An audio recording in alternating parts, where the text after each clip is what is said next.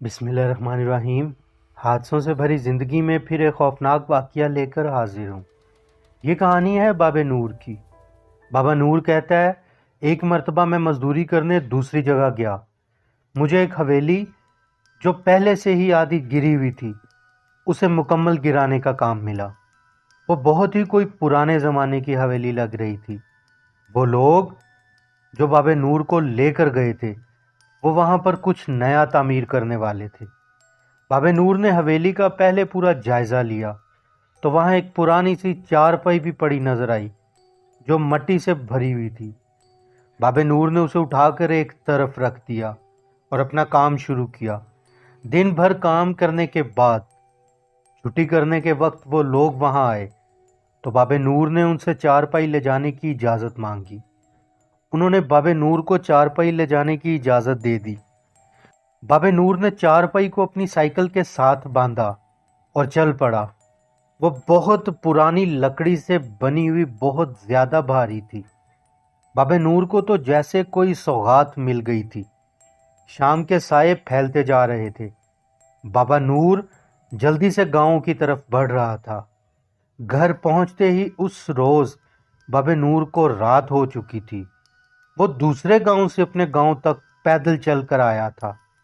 بابے نور کے گھر والے اتنی بڑی اور وزنی چارپائی دیکھ کر خوش تھے۔ اسے اچھے طریقے سے صاف کر کے اچھا سا بستر بچھایا گیا، لیکن چارپائی کے گھر آتے ہی اس رات کچھ غیر معمولی ہوا۔ بابا نور اسی چارپائی پہ رات کو سویا۔ زمین پہ بستر کر کے سونے والے بابے نور کے لیے چارپائی کسی خزانے سے کم نہیں تھی۔ وہ بڑے آرام سے چارپائی پہ سویا، مگر آدھی رات کے قریب بڑے زور سے کسی نے بابے نور کے پاؤں کو کھینچا۔ وہ گھبرا کے اٹھا، مگر آس پاس کوئی نہیں تھا۔ کچھ دیر ادھر ادھر دیکھ کر بابا نور دوبارہ لیٹ گیا، مگر پھر کچھ دیر بعد بابے نور کے منہ پہ کسی نے ہاتھ پھیرا۔ وہ دوبارہ اٹھ کے بیٹھ گیا۔ بابا نور کچھ حیران بھی تھا، آخر یہ سب کون کر رہا تھا، مگر اس بات سے بالکل انجان تھا کہ یہ چارپائی ایک جن کی تھی جو اسی پرانی حویلی میں رہتا تھا۔ رات گزر گئی۔ اگلے دن صبح بابا نور باقی کا کام ختم کرنے اسی حویلی میں گیا۔ وہاں بابے نور کے علاوہ کوئی نہیں تھا۔ دوپہر کے وقت بابے نور کے پاس جانے کہاں سے ایک آدمی آیا۔ وہ دکھنے میں تھا تو انسان، لیکن اس کی چال ڈھال کچھ الگ تھی۔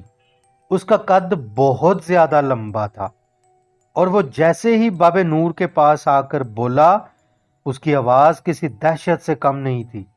وہ دکھنے میں ہی بڑا عجیب تھا۔ آتے ہی بابے نور سے کہا، وہ چارپائی مجھے بیچ دو۔ بابا نور بڑا حیران ہوا کہ یہ کون ہے اور اسے چارپائی کا کیسے پتا ہے۔ بابے نور نے پوچھا، کون ہو تم اور تمہیں کیسے پتا میں یہاں سے چارپائی لے کر گیا ہوں؟ اس آدمی نے کہا، وہ چارپائی میری ہے اور میں اس کا مالک ہوں، مگر میں پھر بھی تم سے وہ چارپائی خریدنا چاہ رہا ہوں۔ بابا نور سیدھا سادہ دیہاتی آدمی تھا۔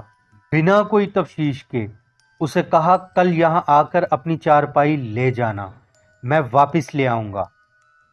وہ آدمی نے دوبارہ بابے نور سے کہا، ایک کام اور کرو، یہاں سے ابھی چلے جاؤ، یہ جگہ بھی میری ہے۔ بابے نور کو اب تھوڑا غصہ آیا اور کہا، یہ جگہ تمہاری نہیں ہے، مجھے جو کام پہ لائے یہ جگہ ان کی ہے۔ اس عجیب آدمی نے بابے نور کی طرف دیکھتے ہوئے غصے سے دوسری طرف دیکھا تو سامنے کی دیوار دیکھتے ہی دیکھتے خود ہی نیچے گر گئی۔ بابا نور اب کی بار ڈر گیا۔ وہ سمجھ گیا یہ انسان نہیں ہے۔ اس آدمی نے پھر بابے نور کا نام لیتے ہوئے کہا، بابا نور، تم اچھے آدمی ہو اور بوڑھے بھی ہو چلے ہو، میں تمہارا نقصان نہیں چاہتا، یہاں سے چلے جاؤ۔ یہ کہہ کر وہ آدمی خود باہر کی طرف چل پڑا۔ بابا نور بھی گھبراہٹ میں باہر کی طرف بھاگا، مگر باہر اب کوئی نہیں تھا۔ بابا نور خوف سے اپنی سائیکل بھی اندر بھول گیا تھا۔ ڈرتے ڈرتے واپس سائیکل لینے حویلی میں گیا تو سائیکل کے ساتھ پڑی چارپائی اس پہ نظر پڑ گئی۔ وہ وہاں کیسی آئی بابا نور نہیں جانتا تھا۔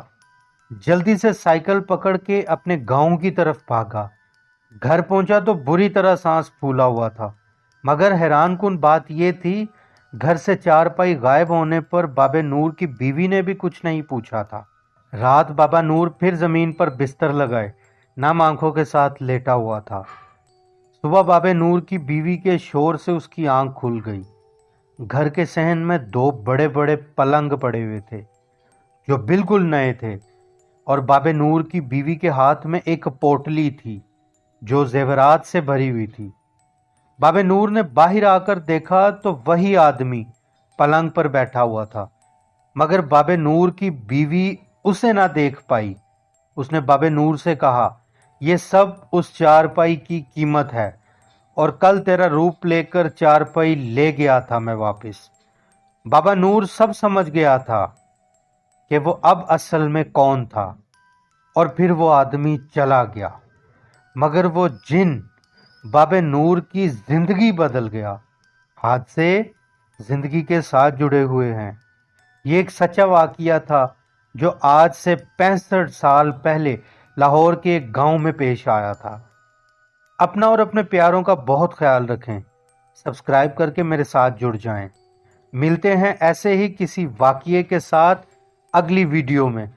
تب تک کے لیے اللہ حافظ۔